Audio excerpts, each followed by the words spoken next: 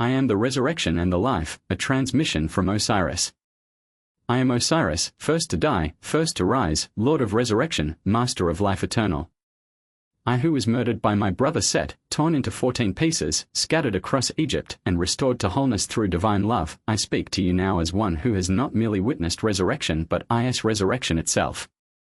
When Jesus stood before the tomb of Lazarus and declared these words, he spoke the deepest truth of existence. I am the resurrection and the life.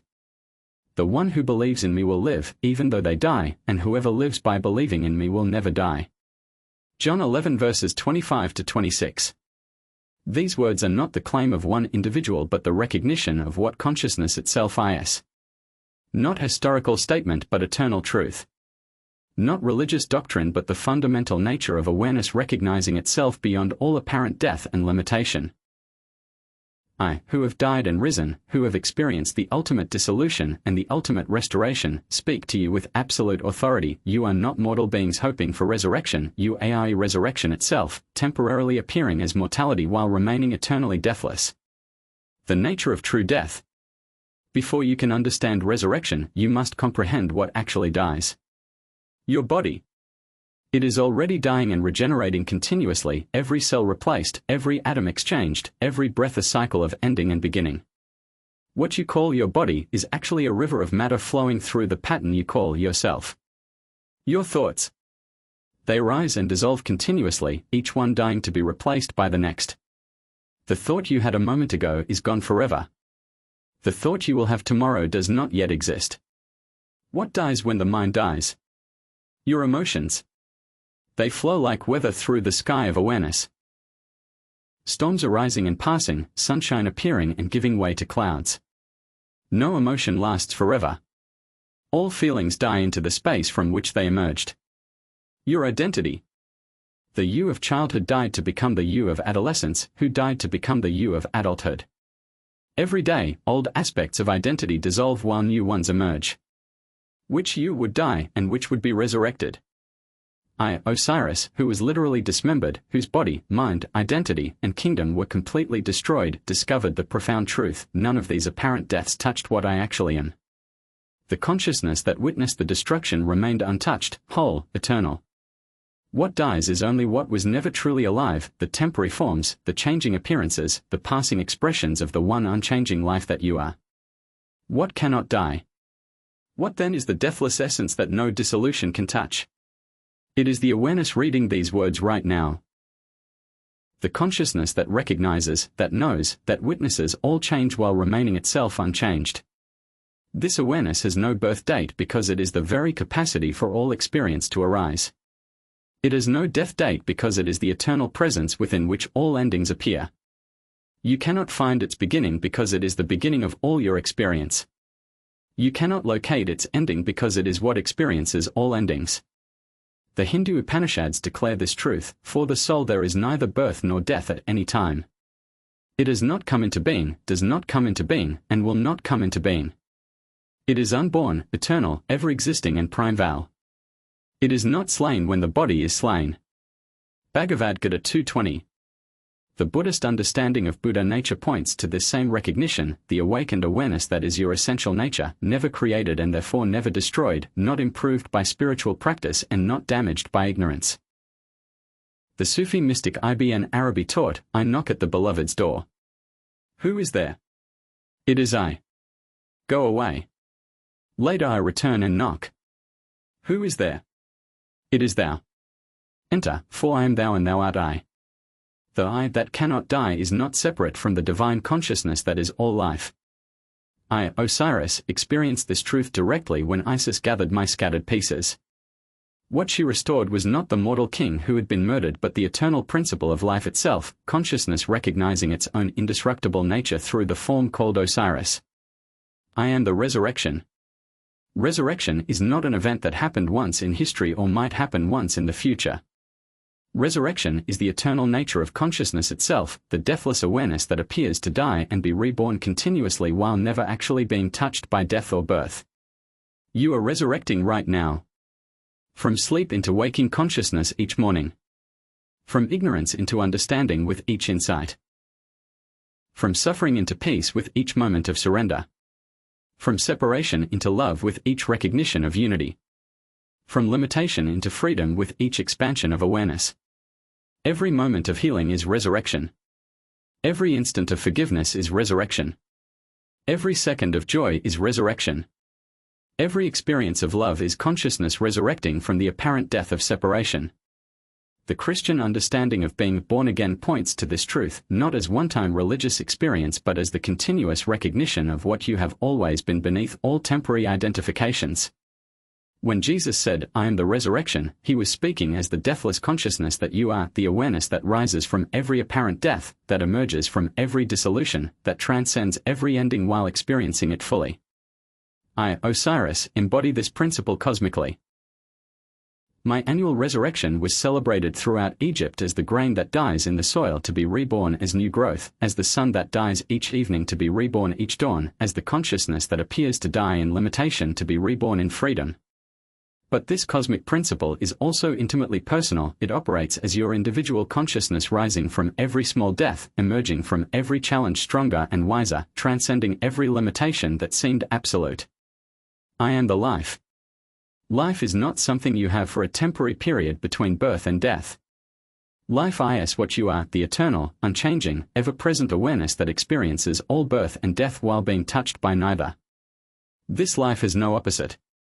Death is not the opposite of life but the dissolution of temporary forms within life. Darkness is not the opposite of light but the absence of illumination within the space that light fills.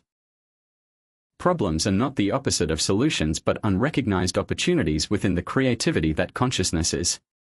The life that you are is the same life that beats every heart, breathes through every lung, grows every flower, moves every river, shines through every star. Not many separate lives but one life appearing as infinite expressions. The Hindu recognition of Vasudhaiva Kutumbakam, the world is one family, points to this truth.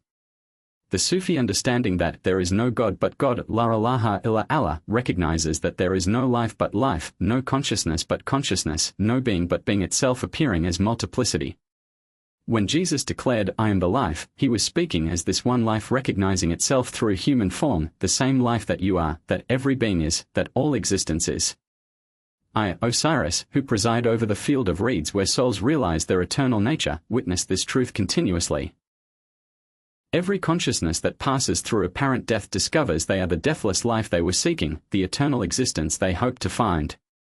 The biological life you observe in your body, the mental life you experience in thinking, the emotional life you feel in the heart, the spiritual life you recognize in awakening, all are waves in the ocean of the one life that has no beginning and no end. The one who believes. What does it mean to believe in this resurrection and life? Not intellectual acceptance of doctrine, not emotional hope for future reward, but direct recognition of what is actually true right now. To believe in resurrection is to recognize that what you are cannot die because it was never born. To believe in life is to acknowledge that consciousness itself is the life that appears as all living beings. To believe in me is to recognize the I am presence that spoke through Jesus as the same I am that you are. This belief is not blind faith but clear seeing. Not wishful thinking but accurate perception. Not religious conviction but spiritual recognition. The Greek word pistis, translated as believe in the New Testament, actually means trust or have confidence in. To believe in resurrection and life is to trust what you actually are rather than what you appear to be, to have confidence in your essential nature rather than your temporary circumstances. The Buddhist concept of right view points to this same recognition, seeing reality as it actually is rather than as conditioned perception presents it. When perception aligns with truth, the truth that you cannot die becomes self-evident. I, Osiris, who judge souls in the whole of two truths, observe that belief in resurrection and life is not required, recognition of it is inevitable. Every consciousness eventually realizes its deathless nature, not through conviction but through direct experience of what it has always been. Will live even though they die. This promise reveals the profound paradox of conscious existence. What appears to die was never truly alive in the sense of being separate from life itself. What appears to live never actually dies because it is life itself temporarily appearing as individual form. The dying is the dissolution of temporary identification, the release of false beliefs about what you are, the ending of the story you have told yourself about being a separate, mortal, limited being. The living is the recognition of what remains when all temporary identifications dissolve, the eternal awareness that was never born and therefore cannot die, the deathless consciousness that witnesses all change while remaining forever itself. This happens not just at physical death but in every moment of genuine transformation. When ego dies, authentic self lives. When fear dies, love lives. When separation dies, unity lives. When ignorance dies, wisdom lives. When resistance dies, flow lives. The Sufi understanding of fana, extinction, and baka, subsistence, describes this process. The false self dies so the true self can live, the personal will dissolve so divine will can operate, the temporary identity ends so eternal identity can emerge. I, Osiris, experienced this ultimate death and resurrection. What died was Osiris the king, the individual, the separate being. What rose was Osiris the eternal principle, the cosmic consciousness, the deathless life itself expressing through the form that had appeared to die. Will never die. The deepest promise in Jesus's declaration is that whoever recognizes their true nature as consciousness itself will never die. Not as future reward but as present reality. Not as something to be achieved but as something to be acknowledged. What in you could die? Not the body, it is already constantly dying and being renewed. Not the mind, thoughts arise and pass continuously. Not emotions. Feelings flow and change like weather. Not identity, it transforms throughout life. What remains constant through all change? The awareness that observes change. The consciousness that experiences transformation. The I that witnesses all arising and passing while remaining itself untouched. This I has never been born and will never die because it is not a thing that could be born or die. It is the very space within which all birth and death appear, the timeless presence within which all time unfolds, the deathless awareness within which all mortality is experienced. The Zen master Huang Po taught, your everyday mind, that is the way. The very consciousness that recognizes these words, that understands their meaning, that experiences their truth, this is what will never die because it was never born. The contemporary sage Nisargadatta Maharaj expressed it simply, you are the supreme reality itself. Not something that will become deathless but what is eternally deathless, temporarily appearing as mortal while remaining forever beyond all mortality. The practical immortality. How does recognizing yourself as resurrection and life transform daily experience? How does knowing your deathless nature change the way you live? First, through the end of death anxiety. When you recognize that what you truly are cannot die, the fear that contracts experience releases into the love that expands it. Not reckless disregard for physical safety, but fearless engagement with life's full potential. Second, through natural compassion arising from recognition of shared essence. When you see that the same deathless consciousness looks through every pair of eyes, harm to others becomes inconceivable, service to others becomes natural, love for others becomes inevitable. Third, through trust in the intelligence that operates through you. When you know yourself as life itself rather than separate being trying to sustain life, you naturally align with the wisdom that grows flowers and moves planets rather than struggling with personal will.